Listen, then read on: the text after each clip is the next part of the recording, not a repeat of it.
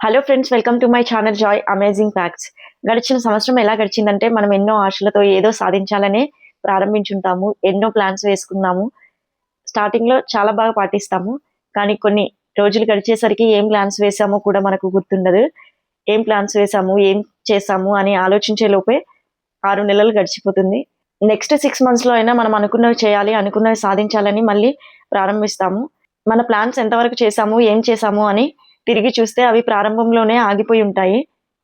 Next year అయినా correct చేయొచ్చు, next year అయినా సాధించొచ్చు అని సంవత్సరంలో చివరి రోజుల్లో నెక్స్ట్ ఇయర్కి పోస్ట్ పోన్ చేస్తాము.